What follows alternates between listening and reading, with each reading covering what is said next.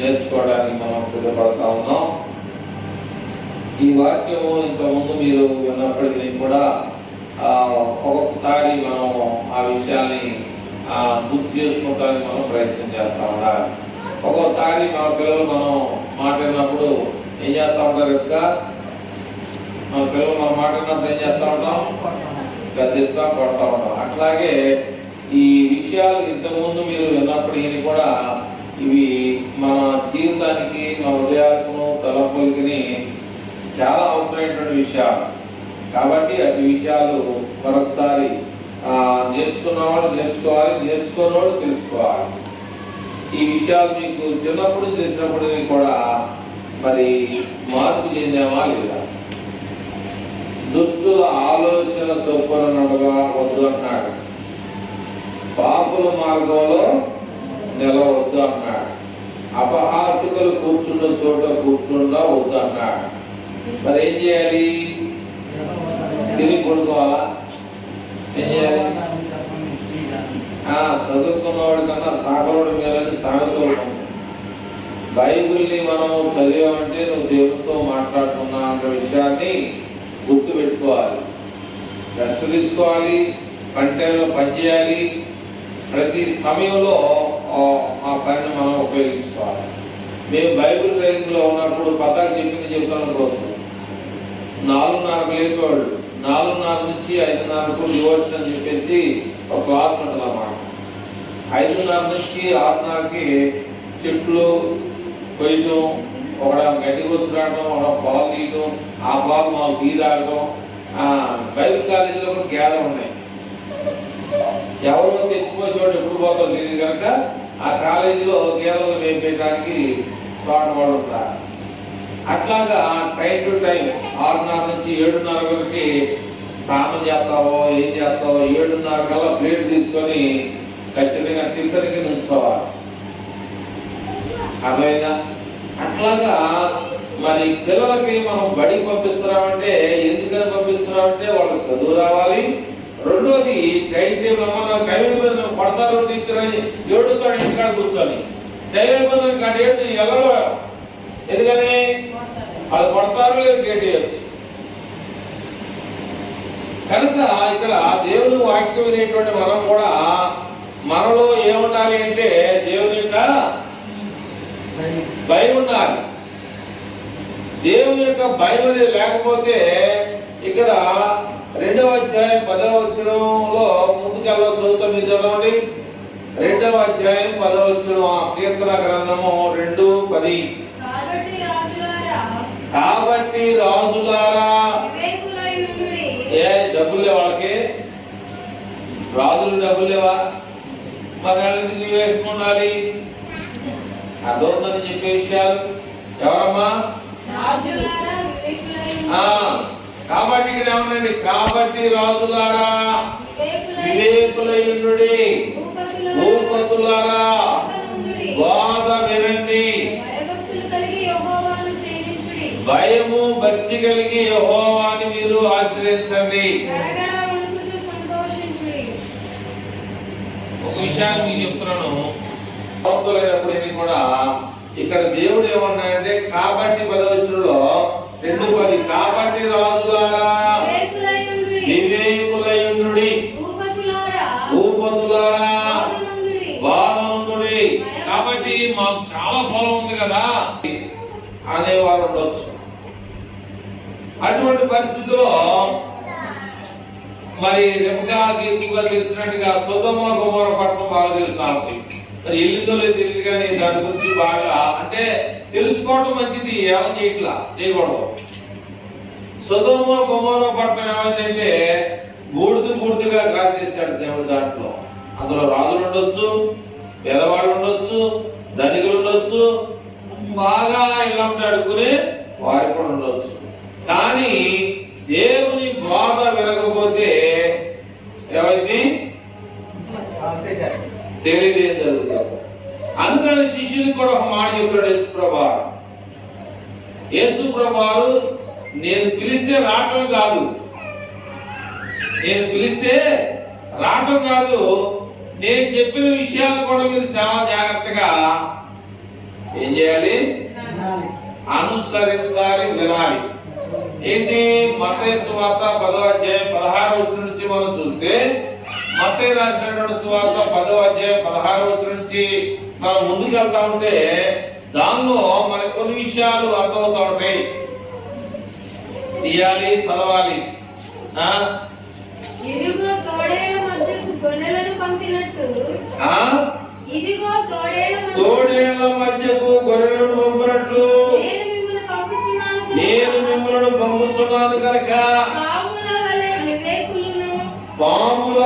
వివేకులను పావురముల వలె నిష్కాపణులై ఉండుడి. మనుషులను గూర్చి జాగ్రత్త పడుడి. ఏం చేస్తారు వాళ్ళు? మీరు ఎక్కడ ఉంటారు? నా దగ్గర జాగ్రత్త వాక్యం దగ్గర ఉండాలి, లేకపోతే రికార్డ్ అవుతూ ఉంటారు తెలుసా? ఫోన్లో కూడా రికార్డ్ అవుతుంది తెలుసు మీకు. మీరేం మాట్లాడారో ఫోన్లో పెడితే ఇక్కడ పెట్టేస్తే మాట్లాడి లాగుతూ ఉంటాం. మనిషికి అంత జ్ఞానం ఉన్నప్పుడు దేవుడికి అంత జ్ఞానం చాలా జాగ్రత్త. అర్థమైందా?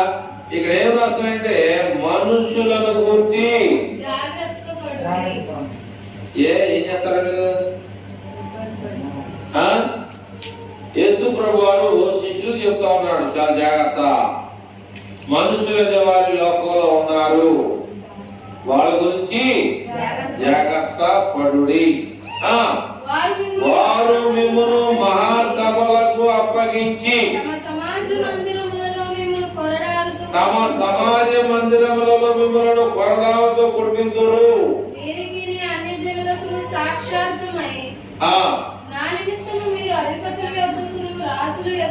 దేవుని నిమిత్తము అధిపతుల యొద్దకును రాజుల యొద్దకును తేబడుదురు. వారు మిమ్మల్ని అప్పగించినప్పుడు ఏం చేస్తే బాగుంటుంది? ఏం చెప్పాలని చింతింపకుడి. మీకు ఏమి ఇబ్బంది వచ్చినప్పుడు ఏం కావాలో అది వెంటనే మీకు తెలియబడుతుంది అనేటువంటి విషయాన్ని తెలుసుకోవాలి. కొంతమంది ఏం చేస్తారంటే, నిన్న ఒక ఇద్దరు నా దగ్గరికి వచ్చారు. ఎవరి ఇంటి పొరుగు తీసుకోవాలా, ఎవరి సహాయం తీసుకోవాలా, ఎవరు నేను బయటికి ఎలా రావాలి, నేను బయటికి ఎవరిని పట్టుకుంటూ వస్తాననేటువంటి సహాయం వారు తీసుకోవాలి. ఎందుకంటే మీరు ఇక్కడ ఏమేశాడు? 19 వారు మిమ్మల్ని అప్పగించినప్పుడు ఎలాగో మాట్లాడుతాము, ఏం చేద్దాము, ఎవరు సహాయం అడుగుదాం, ఎవరో అడిగితే మనం లోపల నుంచి బయటకు వస్తాం అనే విషయాలు మీరు బాధపడద్దు. చాలా మంది అనుకుంటారంటే ఈ లోక సంబంధమైనటువంటి ఆలోచన, ఈ లోక సంబంధమైనటువంటి మనుషుల దగ్గరికి వెళ్తా ఉంటాం. కానీ ఇటువంటి పరిస్థితుల్లో దేవుడు ఉన్నాడు, దేవుడి దగ్గరికి వెళ్తే మేలు చేస్తాడు, ఏం చేస్తే బాగుంటుంది అనేటువంటి విషయాల్ని ఆలోచన చేయాలి. వాళ్ళు తెలిసేది కాదు చేస్తున్నారు. మనం వాక్యం చేసిన వాళ్ళు మనం ఏం చేయాలి? దుష్టుల ఆలోచన చొప్పున నడవకూడదు, పాపుల మార్గంలో మనం వెళ్ళకూడదు, అపహాసకులుండే చోట్లోనికి మనం వెళ్ళకూడదు. మరి ఎవరు చేయకుండా యెహోవా ధర్మశాస్త్రమునందు ఆనందించుతూ దేవ ఏం చేశారంటే, ఏం చేయాలంట? కాబట్టి దేవారాత్రం ఏం చేయాలంటే దానిని ధ్యానం చేయాలి. ధ్యానం అంటే చదవాలి, ప్రార్థన చేయాలి, నీ బాధ పోగొట్టడానికి దేవుడి ముందు మొరబెట్టుకోవాలి. నీ సమస్య పరిష్కారం చేయాలంటే నువ్వు బైబిల్ చదివితే చదువు లేదని దేవుడితో మాట్లాడు. మన ఊరికి ఒక 3 కిలోమీటర్ల దగ్గరలో పెద్ద ధనాగారం ఉంది. మీకు ఎవరికైనా తెలుసా? దేవారాత్రులు పనిచేస్తుంది. అది దేవారాత్రులు గ్యాప్ లేదు, 24 అవర్స్. తెలుసా? ధనాగారం ఉంది. ఒక ధనాగారం మీద అధిపతిగా ఒక ఆయన ఉన్నాడు. ఆ ధనాగారం 3 కిలోమీటర్ల దూరంలో ఉంది మన ఇంటికాడికి. మీకు ఎవరికైనా తెలుసా? దాన్ని పాల ఫ్యాక్టరీ అంటారు. అది ఆగదు. మీకు అది తెలుసో లేదో నేను డబ్బాగా చెప్తున్నా, మిషన్ మాత్రం ఆగదు, మనిషి ఆగుతాడు. రోజుకి 3 పని చేస్తారు. 3 ఇందులు లెక్క 3 ఇందులు ఎంత? రోజుకి 8 గంటలు. మిషన్ ఆగదు, మనిషి ఆగుతాడు. నేను వెళ్ళి ఒక ఆయన తీస్తాడు, ఆయన వెళ్ళి ఆయన తీస్తా ఉంటాడు. నైట్ 12 గంటలకు ఎక్కడ ఉదయం 8 తీస్తాడు, 8 గంటలకు ఎక్కడ మధ్యాహ్నం 2 గంటలకు తీస్తాడు. అట్లాగా 4 గంటలకు 24 గంటలు మిషన్ పని చేయకపోతే కొన్ని వేల లక్షలు పాల ప్యాకెట్లు రోజుకి లారీలు అమ్మబడతా ఉన్నాయి అన్నమాట. అంటే గవర్నమెంట్ అది ఫ్యాక్టరీ. అర్థమైందా? ఫ్యాక్టరీ ప్రైవేట్ కాదు, గవర్నమెంట్ మనుషులు పెట్టి అలాగా మనుషులు సాయం. ఆ పాలు లేకపోతే టీ పొద్దునే లెక్క తీయడిగా ఉంటారు, లెక్కగానే తీయడిగా ఉంటారు. 24 గంటలు ఆ ఫ్యాక్టరీ పనిచేస్తా ఉండదు అన్నమాట. అలాగా మనం ఎంతవరకు మనం ప్రార్థన చేస్తున్నాం దేవునికి? చేస్తే నీకు దేవుడు సహాయం చేయలేదా? దేవుడు నువ్వు చేసిన ప్రార్థనకి సహాయాన్ని అందించలేదా? ఇప్పుడు బైబిల్లో ఒక ఆయన మనం ఆలోచన చేద్దాం. అబ్రహాం ఉన్నాడు. అబ్రహాంకి సహాయం దేవుడు ఎప్పుడు ఇచ్చాడు అంటే సహాయం అనేది ఉంది, కోడంత ఆస్తి ఉంది, కానీ దాన్ని అనుభవించేవాడు లేడు. 100 సంవత్సరాల వయసులో దేవుడు ఆయనకి ఒక కుమారుడు ఇచ్చాడు. అయితే ఒకసారి మనం జ్ఞాపకం చేద్దాం. ఆదికాండం 18వ అధ్యాయం మొదటి నుంచి కొన్ని విషయాలు చదువుదామా. ఆదికాండం 18వ అధ్యాయం మొదటి నుంచి కొన్ని వచనాలు ఎవరు తీస్తే వాళ్ళు చదువుతాయి, అంతేగాని నాకెందుకులే అంటే పర్వాలేదు, ఏం బాగలేదు. ఎవడైతే ముందు వెళ్తాడో వాడికే గిఫ్ట్ వస్తుంది అనమాట, నేనోడికి రాదు. అది కరాఖండిగా కూడా దేవుడు చెప్తున్నాడు. ఇక రాజు అయ్యేండు, లేదా అధికారం అయ్యిండు, లేదా గొప్పవాడు అయ్యిండు, పేదవాడు అయ్యిండు, కానీ ఎవడైతే ముందు పరుగు పందులో ముందుంటాడో 10వ అధ్యాయం 18 మొదటి నుంచి. మరియు మమ్రే దగ్గర ఉన్న సింధూర వనములో అబ్రహాము ఎండవేళ గుడారపు ద్వారమున కూర్చుని ఉన్నప్పుడు యెహోవా అతనికి కనబడెను. యెహోవా దేవుడు ఆయనకి కనబడ్డాడు. అతడు కన్నులెత్తి చూచినప్పుడు ముగ్గురు మనుషులు ఆయన ఎదుట నిలబడి చూశాడు. అతడు వారిని చూచి గుడారపు వాకిటి నుండి వారిని ఎదుర్కొనుటకు పరుగెత్తి, వారిని కలుసుకోవడానికి పరుగెత్తి నేల మట్టుకు వంగి ప్రభువా నీ కటాక్షం అంటే నీ ఆశీర్వాదం నా మీద ఉన్నట్లయితే ఇప్పుడు నీ దాసుడైన నన్ను దాటిపోవద్దు, నీ కటాక్షం నా మీద ఇచ్చిన తర్వాతే ఇల్లు అన్నాడు. నేను కొద్దిగా నీళ్లు తెప్పిస్తా, దయచేసి కాళ్ళు కడుక్కోండి, ఈ చెట్టు దగ్గర కొంచెం రెస్ట్ తీసుకోమని చెప్తా ఉన్నాడు. కొంచెము ఆహారం తెస్తాను, మీ ప్రాణములను సేవ తెచ్చుకోండి, అప్పుడు మీరు రెస్ట్ తీసుకున్న తర్వాత మీరు ఎక్కడికైనా వెళ్ళవచ్చు అంటూ అందుకోసమే నా దగ్గరికి మీరు వచ్చారని చెప్పి చెప్తున్నాడు. వారు నేను చెప్పినట్టు చేయమనగా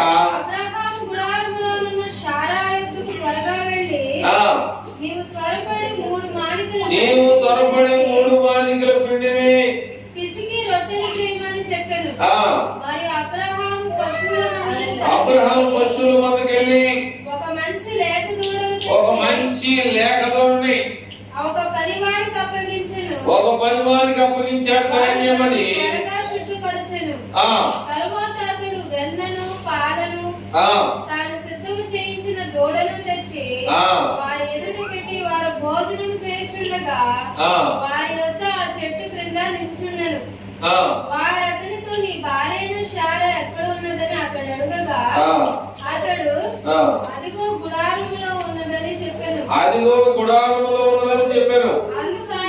అందుకు ఆయన మీదటికి ఇక మీదటికి ఇదే సమయమున నీ యొద్దకు నిశ్చయముగా మరలా వచ్చెదను. మళ్ళీ నీ దగ్గరికి వస్తామని చెప్పాడు. అప్పుడు నీ భార్యను శారాకు ఒక కుమారుడు నీ భార్య అయినటువంటి శారాకి ఒక కుమారుడు కలుగునని చెప్పాడు. కాబట్టి ప్రియమైనటువంటి వారు, ఒక దేవుని సేవకుడు ఆయన ఇంటికి వస్తే ఏం చేశారంటే, ఎంతమంది వచ్చారు అక్కడికి? ముగ్గురు వచ్చారు. ముగ్గురికి ఏం చేశారు? ఆ తర్వాత వెన్న, పాలు ఇవన్నీ కూడా సిద్ధం చేశారు. కనుక ప్రియమైనటువంటి వాళ్ళ దూడ ఎంత ఖరీదు చేస్తుందో తెలియదు, వెన్న ఎంత ఖరీదు చేస్తుందో తెలియదు, పాలు ఎంత ఖరీదు చేస్తుందో, 3 మానికలు గోధుమ పీడ ఎంత ఖరీదు చేస్తుందో నాకు తెలియదు. కానీ ఆయన ఆస్తిని పోగొట్టకుండా వేరే వాడు తినకుండా కాపాడటానికి ఇస్సాకు అనేటువంటి కుమారుడు మీదకి పుట్టాడు. ఒక దేవుని సేవకుడు మన ఇంటికి వస్తే మనం ఏం చేస్తున్నాం అనేది కూడా మనం ఈ సందర్భంగా గుర్తు చేసుకోవాలి. ఒక దైవ సేవకుడు మన ఇంటికి వచ్చినప్పుడు మనం ఏం చేస్తున్నాం అనేటువంటి ప్రయత్నాన్ని కూడా మనం చేయాలి.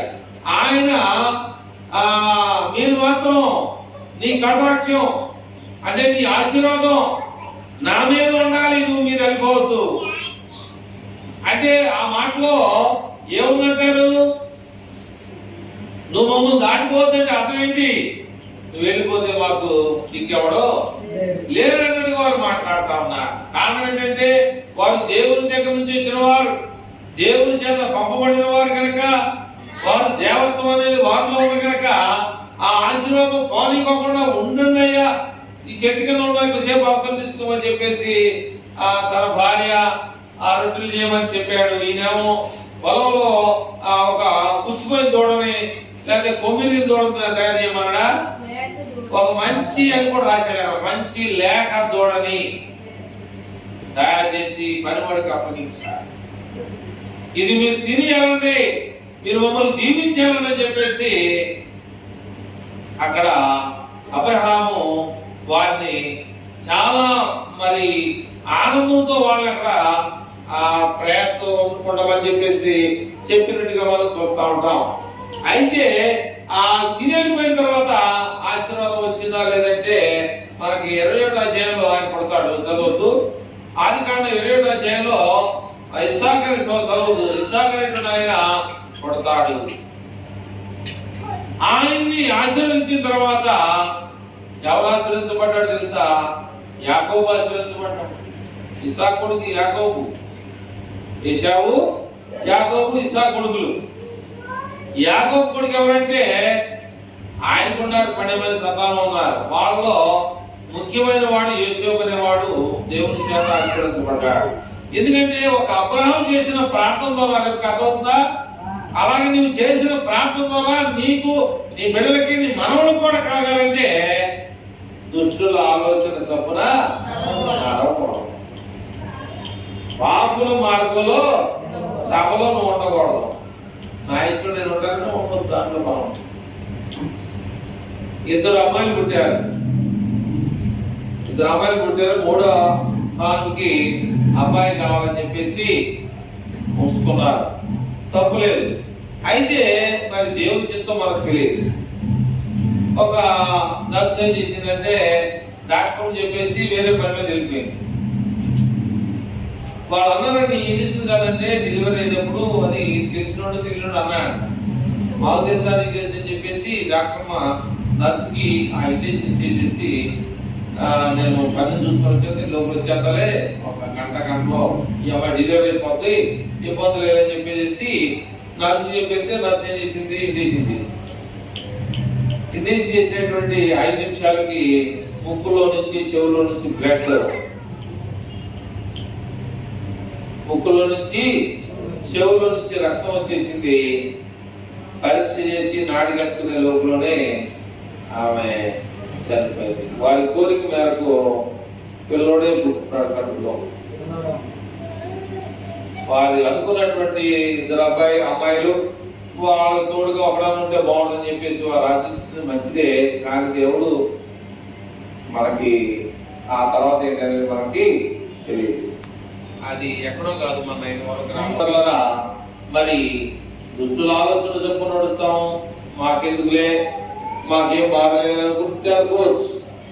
లేదనుకుంటే ఇక్కడ చేసుకునే ఒక మాట చెప్పాడు. ఎవరికి?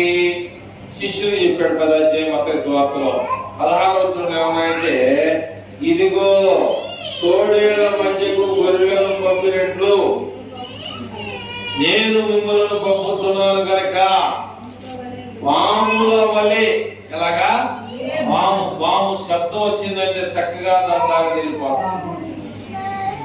అలాగే పావురము వలె నిష్కపటములై ఉండండి, పాముల వలె వివేకులై ఉండండి. పామురము వలె నిష్కపటం అంటే పావురం తెల్లగా ఉన్నది, దాంట్లో ఏముండదు కపటం అనేది. అక్కడ బైబిల్ చదువు మత్తయి సువార్త 10వ అధ్యాయం 16-17 వచనంలో ఉండండి. మీరు బైబిల్ చూసుకోండి, నేను చెప్పేది కాదు. కాబట్టి అలాగా మనం ఉన్నట్లయితే ఒక విషయాన్ని మీకు చెప్పాలని అనుకున్నాను. ఏమిటి ఆ విషయం? మొట్టమొదటి రాజు అయినటువంటి సౌలుకి దేవుడు ఆయన భక్తిని భయాన్ని బట్టి ఈ లోక రాజ్యాన్ని పరిపాలించడానికి దేవుడు అధికారం ఇచ్చాడు. దేవుడు అధికారం ఇచ్చిన తర్వాత ఏమొచ్చింది? ఫిలిస్తీన్ని చంపాలి. ఫిలిస్తీన్లు చంపాలంటే రాజే కదా ముందుండాలి. రాజు ఏం చేస్తున్నాడు? నేను ఎక్కడ చంపలేదు కనుక ఎవరినొకడిని యుద్ధంలో గెలిస్తే ఆడు గెలవడు. ఫిలిస్తీన్లు బలవంతులు, వాడు బాగా గెలుస్తానని చెప్పేసి రేపకానాడుగా సౌలు మహారాజు ఆయనకి ఏమొచ్చిందంటే గర్వం వచ్చింది. అదేంటి సారీ గొలియాతే గెలుస్తాడు కాబట్టి నా కూతుర్ని ఇద్దాం అన్నాం. ఎక్కడో ఈయన గెలవడం, ఈయనకి నా పిల్లని ఎవరు కనుక అనే చేశాడు. దేవుడు చేశాడు అంటే ఫిలిస్తీయుడు గెలిస్తే నేను పరిమాణుడా అని చెప్పేసి దేవుడు ఏమనుకున్నాడంటే నీ వ్యవహారం ఉంటుందని చెప్పేసి దేవుడు దావీదు లైన్లోకి తీసుకున్నాడు. ఆడు పిల్లలిస్తాడో ఎవడో తర్వాత సంగతి, కానీ యుద్ధం అనేది నేను గెలవాలని దేవుడు ముందుకు వచ్చాడు. యుద్ధం నాది, నేను గెలవాలని చెప్పేసి యుద్ధంలో దావీదును ముందు పెట్టి ఫిలిస్తీయుడైనటువంటి గొలియాతుని కొట్టివాడైనటువంటి దావీదు ఒక్కేటికి చంపేశాడు. ఒక్కేటికి చంపడానికి గల కారణం ఏంటంటే దావీదు నాది కాదు యుద్ధం అంటాడు. యుద్ధం అనేది యెహోవా ఆయన చేశాడు, నేను కానీ పని చేసింది అనేటువంటి విషయాన్ని అక్కడ ఎందుకు మాట్లాడాలంటే దేవుని జ్ఞానం కలిగిన వాడు, దేవుని యొక్క గుణ లక్షణాలు కలిగిన వాడు కనుక నాది కాదయ్యా ఈ పని, నేను చేసింది కాదు దేవుడే చేశాడు. కాబట్టి దేవుడు మనం దీవించాలి, కానీ మనం దీవించబడాలంటే దీవించబడలేము. దేవుడు ఏం చేయాలి? మనల్ని దీవించాలని ఆయన కోరుకోవాలి, ఇష్టపడాలి. అంతేగాని మనము గొప్పవాళ్ళము అంటే అది జరిగే పని కాదు. కనుక ప్రియమైన వల్ల 3వ వచనంలో కీర్తన గ్రంథము 1:3 ఏమంటే అతడు నీటి కాలువ నాడబడినదై ఆకు వాడక తన కాలమందు బలమించు చెట్టు వలె ఉండును, అతడు చేయనంతయు సఫలమగును. దుష్టులు అనేటువంటి వారు అలాగనుండక గాలి చెదరగొట్టు పొట్టు వలె నుందురు. కాబట్టి న్యాయ విమర్శలు దుష్టులను నీతిమంతుల సభలో పాపులు నిలవరు. నీతిమంతుల మార్గము యెహోవాకు తెలియను, దుష్టుల మార్గము నాశనమునకు. కాబట్టి ప్రియమైన వారులారా, డబ్బులన్నీ అయిపోయిన తర్వాత బంధువులు తినే పొట్టు తిందామన్నాడు ఒక ఆయన. నిజమా అబద్ధమా? డబ్బులన్నీ అయిపోయినాయి. డబ్బులన్నీ అయిపోయిన తర్వాత బంధువులు వేసే పొట్టు రొట్టు తినాలనిపించిందంటే ఎన్ని రోజుల నుంచి ఆకలితో ఉన్నాడో ఒకసారి మనం జ్ఞాపకం చేసుకోవాలి. కనుక 19 పొట్టుతో నేను ఆకలి తెచ్చుకోవడం ఎందుకంటే నా తండ్రి దగ్గర ఒక కూలివాడిగా చాలా మంది పనిచేస్తున్నారు. వారసుడిగా కాకుండా ఒక కూలివాడిగా నా తండ్రి దగ్గరికి వెళ్ళి నా యొక్క ఏమంటారు రకరక ప్రార్థన చేసింది. ఏమని? దేవుడు కొంతమందిని మార్చి మారు మనసు పొంది బాప్తిసం పొంది సంఘ సభ్యులుగా దేవుడు చేర్చాలని సంఘంలో మరి ప్రార్థన చేసింది. కాబట్టి చేయడం మంచిదే, కానీ దేవుడు కూడా ఇష్టపడే పని జరిగింది సార్. అయితే మనము బాప్తిసం పొంది ఉండొచ్చు, మనం బాప్తిసం పొంది ఉండొచ్చు, బైబిల్ బాగానే చదివి ఉండొచ్చు, బైబిల్ బాగా మనం చెప్పడానికి మనం నేర్పడతాం మనలో ఉండొచ్చు. మనలో ఇంత ఉన్నప్పటికీ మరి దేవుని రాజ్యానికి వెళ్ళాలి. దేవుని రాజ్యానికి మనం వెళ్ళాలంటే ఏం చేయాలి? యోహాను సువార్త 14వ అధ్యాయం మొదటి చదవాలి. యోహాను సువార్త 14వ అధ్యాయం మొదటి వచనం చదవాలి. 14వ అధ్యాయం మొదటి చదివితే యోహాను రాసిన సువార్త. కాబట్టి చాలా మంది కూడా ఏదైనా పని చేస్తే ఏం చేస్తారు?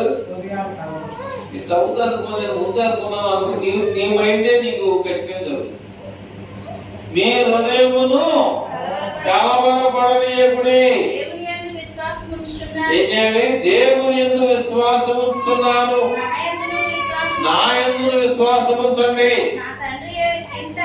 నా తండ్రి ఇంట అనేక నివాసములు కలవు గాని లేకపోతే మీతో చెప్పుదును. మీకు స్థలము సిద్ధపరచ వెళ్ళుచున్నాను. నేను వెళ్ళి మీకు స్థలము సిద్ధపరచని ఎడల నేనుండు స్థలములో మీరును ఉండులాగున మరలా వచ్చి నా యొద్ద నుండుటకు మిమ్మలను తీసుకొని పోదును. ఇది దేవుని యొక్క ప్రేమ. కొంతమంది ఏం చేస్తారంటే మనుషుల్ని ఎదురుపెట్టుకొని తింటా ఉంటారు. రేపుగా మనుషుల ముందే తింటా ఉంటారు. తినొచ్చా? తినొచ్చా తినకూడదా? తినొచ్చా తినకూడదా? జ్యోతి, మనుషులు ఏం చేయాలి? ఏం చేయాలి? నీకు వచ్చిందాక నా దగ్గర తింటా ఉన్నాను మనం కూడా కొద్దిగా. అది దేవుని ప్రార్థన. నేనుండే స్థలంలో మీరందరినీ ఉండటానికి నేను వెళ్తున్నాను. నేను వచ్చి మళ్ళా మీరు నాతో పాటు మీరు ఉండటానికి స్థలాన్ని సిద్ధపరచడానికి నేను మళ్ళా నీకు ఇంకా భోజనం రాలేదుగా అందరూ నాతో తిను అనేది సహోదర ప్రేమ, అనేది దేవుని యొక్క ప్రేమ. ఇప్పుడు ఒక చిన్న విషయాన్ని చెప్పేసి నా భాగాన్ని ముగించాలని నేను కోరుకున్నా. ఏమిటి ఆ భాగం అంటే, పాత నిబంధన కొత్త నిబంధన రెండు ఉండే మనకి. పాత నిబంధన ఏం చెప్తుంది, కొత్త నిబంధన ఏం చెప్తుంది అనేది కూడా తెలియాలి. పాత నిబంధన ఏం చెప్పట్లేదు, ఏం చేస్తుంది, ఎందుకు సైలెంట్ అయింది, కొత్త నిబంధన ఎందుకు స్పీడ్ అయింది, పాత నిబంధన ఎందుకని స్లో అయింది అనేది నీకు తెలియకపోతే ఇంకా నువ్వు కూడా దుష్టుల ఆలోచన చొప్పునలో ఉన్నట్టు, పాపుల మార్పులోనే నిలుస్తున్నట్టు. అంటే ఓల్డ్ టెస్టిమెంట్ ఎందుకు స్లో సైలెంట్ అయిందంటే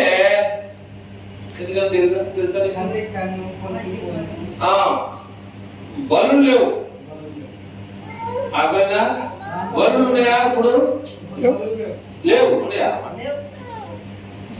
బలులు? అంటే మనం మేకలనే దాన్ని తీసుకెళ్ళాలా? అర్థమైందా? నిన్నంతా అదైతే అలాంటి బరులు జరుగుతున్నాయి.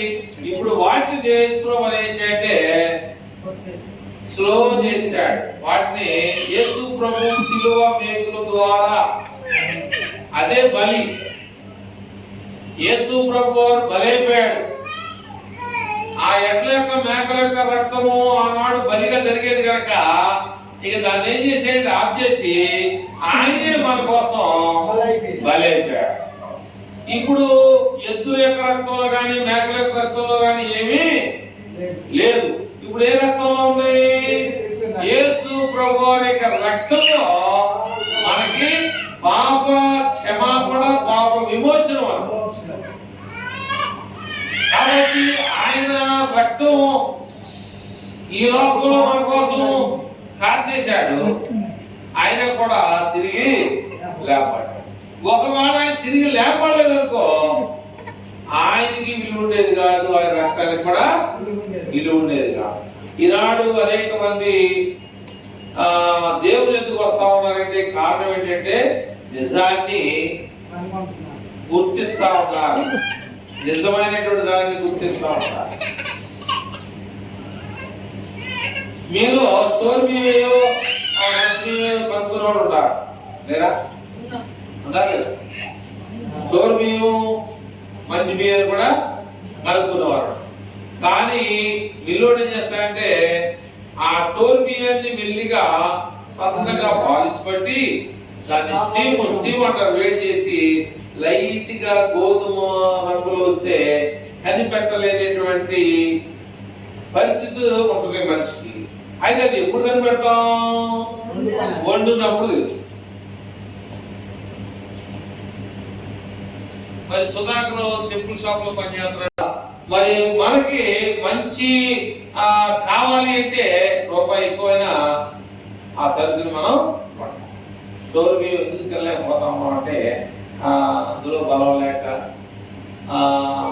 మాకు బీ కార్డు వచ్చినప్పటి నుంచి కూడా మనమే భరించాలి మానవులుగా. కాబట్టి మనం చేయకునేటువంటి పరిస్థితి ఏంటంటే దుష్టుల ఆలోచన చొప్పులో మనం ఉండకూడదు, అపహాసకులు కూర్చుండే చోట్ల మనం కూర్చోకూడదు. కాబట్టి నీవు ఏం చేయాలంటే 2వ వచనంలో యెహోవా ధర్మశాస్త్రమునందు ఆనందించుచు దేవారాత్రము దానిని ధ్యానించువాడు ధన్యుడు. ధన్యుడు అనగా ధనవంతుడు. 128వ అధ్యాయం ఒక మాట చదివి మనము ఈ వాక్యంతో ఈ వాక్యాన్ని ముగించుకోవడానికి మనం ప్రయత్నం చేద్దాం. కీర్తన గ్రంథం 128వ అధ్యాయం మొదటి నుంచి చదివితే యెహోవా యందు భయము భక్తి కలిగి ఆయన త్రోవలందు నడుచువారందరూ ధన్యులు. నిశ్చయముగా అంటే ఖచ్చితంగా నిశ్చయముగా నీవు నీ చేతుల కష్టార్జితాలు అనుభవించలేవు. నీవు ధన్యుడవు, నీకు మేలు కలుగును. నీ లోకిట నీ భార్య ఫలించు ద్రాక్ష వలె ఉండు. నీ భోజనం బల చుట్టూ నీ పిల్లలు ఒలీవల మొక్కల వలె ఉంటారు. యెహోవా యందు భయము భక్తి కలిగిన వాడు ఎలాగూ దీవించబడతారు. సియోనులో నుండి చూడండి, నీ భక్తి నీ భయాన్ని చూసి దేవుడు సియోనులో ఉండి కూడా నిన్ను చూస్తున్నాడు. నీ జీవిత కాలమంతయు యెరూషలేమునకు క్షేమం కలుగ చూచెదవు. నీ పిల్లల పిల్లలను చూచెదవు. ఇశ్రాయేలీయుల మీద సమాధానం ఉండును గాక. ఏమిటి వాళ్ళరా, యవన కాలం ముందు బిడ్డలు చనిపోతా ఉన్నారు. యవన కాలం ముందు నరుడేం చేయలేదా? యవన కాలం ముందు దేవుడు కాబట్టి నరుడు పోయిట తనకు మేలు అన్నాడు. యవన కాలం ముందు నరుడు యవన కాలం ముందు దేవుని కాడి పోయిన వాళ్ళకి మేలు అన్నాడు. నీవు ఉద్యోగంలో బాగుండాలంటే దేవుని దగ్గరికి రా. నువ్వు చదువులో పాస్ అవ్వాలంటే నువ్వు దేవుని అడుగు. చదువులో మంచి ర్యాంక్ రావాలంటే దేవుని దగ్గర రా. లేదా నీ కుటుంబం కూడా అందరూ ఏమంటారు, నీ భోజనం బల్ల చుట్టూ నీ పిల్లలు ఉదయం మొక్కలా ఉండాలంటే నువ్వు దేవుని అడుగు. ఏ ఉద్దేశంతో అడుగుతున్నావు? దురుద్దేశంతో అడుగుతున్నావా? ఏ ఉద్దేశంతో అడుగుతున్నావు? సామెతల గ్రంథంలో ఒక మాట గుర్తొస్తుంది. 30వ అధ్యాయంలో 5వ వచనం 5వ వచనం 5-6 వచనాల్లో 30 సామెతల గ్రంథము 5వ దేవుని మాటలన్నీ పుటము పెట్టబడినవే. ఆయన ఆశ్రయించు వారికి ఆయన కేడము. ఆయన మాటలతో ఏమి చేర్చుకుము. ఆయన నిన్ను గద్దించునేమో, అప్పుడు నీవు అబద్ధికుడు వాగుదువు. దేవా, నేను నీతో 2 మనవులు చేసుకుంటున్నాను. జ్ఞానం కలిగిన మాట్లాడుతున్నాడు. అర్థమైందా? ఎగతలు కాదు, జ్ఞానం కలిగిన వాడు మాట్లాడుతున్నాడు. సొలొమోను మహారాజు ఎవని 2 విషయాలు చెప్తాం అనుకుంటున్నాను. ఏమిటి ఆ విషయాలు మనం తెలుసుకొని సెలవు తీసుకుందాం. నేను చనిపోకముందు వాటిని నాకు ఇవ్వు, వ్యర్థమైన వాటిని అబద్ధములను నాకు దూరముగా నుంచము. పేదరికములను గొప్పవాడిగానైనను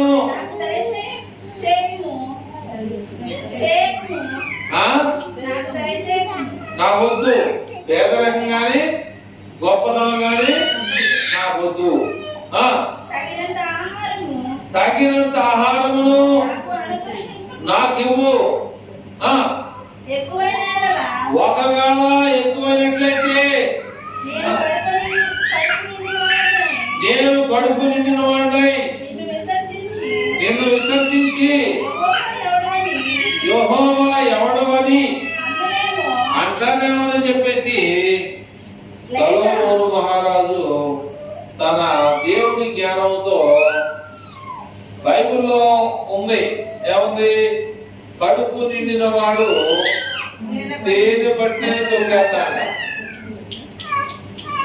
కడుపు నిండిన వాడు తేనె సరే దొంగలు వారికి. ఎందుకని అతను కలిగింది కనుక దొంగేశాడు.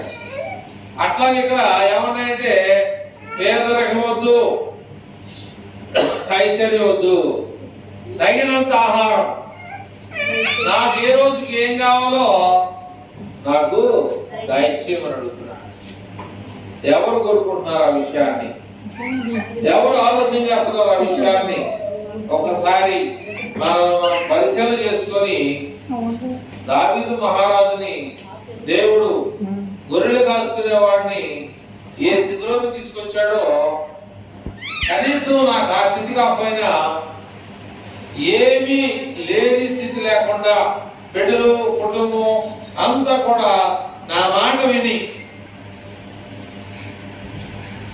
అక్కడ మాట బైబిల్లో, నా మాట విని నన్ను పంపిన వాని విశ్వాసం ఉంచువాడు వాడు నిత్య జీవము గలవాడు. వాడు తీర్పులోనికి రాక మరణములో నుండి జీవంలోకి వెళ్ళిపోతున్నాడు.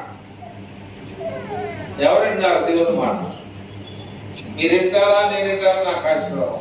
మీరింటే మీకు ఆశీర్వాదం, నేనంటే నాకు ఆశీర్వాదం. నేనున్నానా దేవుడు నాకు ఏది తక్కువ లేకుండా చేస్తా ఉంటాడు. మీరున్నారా దేవుడు మీకు ఏది తక్కువ లేకుండా చేస్తాడు. కాబట్టి సౌలు మహారాజుకి ఏమొచ్చింది? మర్చిపోయాం, గర్వం వచ్చింది.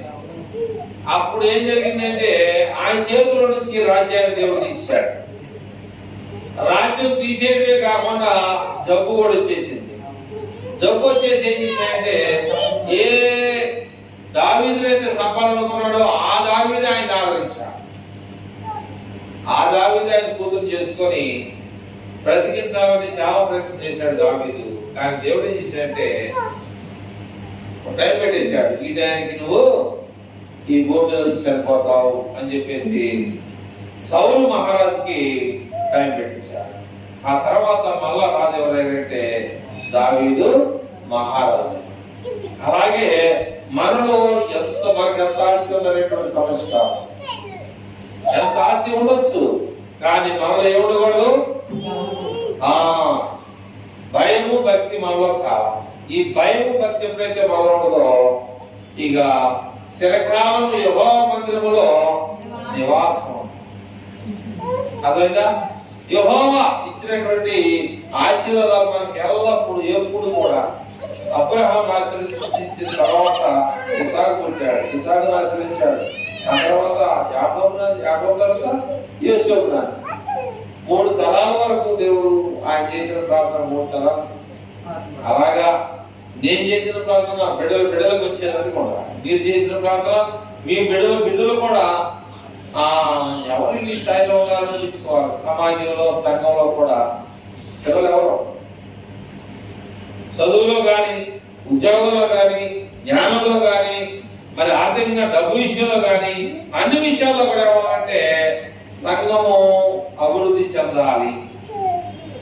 సంఘం అందరికీ దేవుడు సహాయం చేయాలి. సంఘానికి ఏదేదో 2 మాటలు చెప్పేసి వెళ్ళిపోవడం కాదు. మీరందరూ కూడా మంచి స్థితిలోకి రావాలని దేవుణ్ణి మనం అందరం కోరుతాం.